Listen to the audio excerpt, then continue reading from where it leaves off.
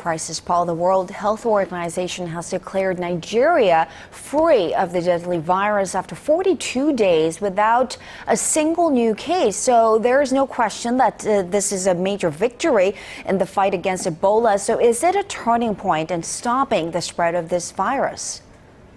Well, the WHO is hailing it as a spectacular success story that shows the world can contain Ebola. However, other West African nations are still struggling to cope. This as the European Union is set to launch a $600 million aid package to the affected countries.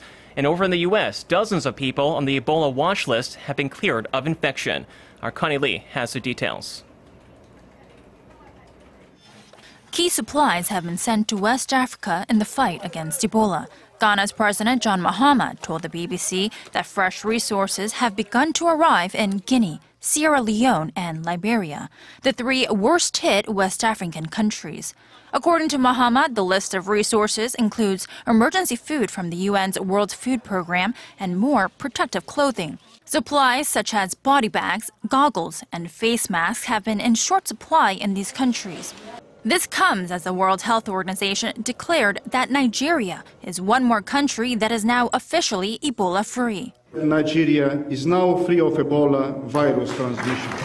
Just last week, Senegal also declared it was free of the virus. This is a spectacular success story that shows to the world that Ebola can be contained. But we must be clear that we only won a battle. The war will only end when West Africa is also declared free of Ebola.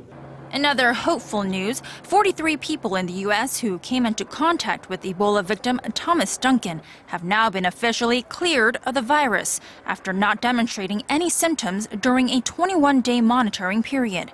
In Spain, a nurse who had contracted Ebola is also free of the virus.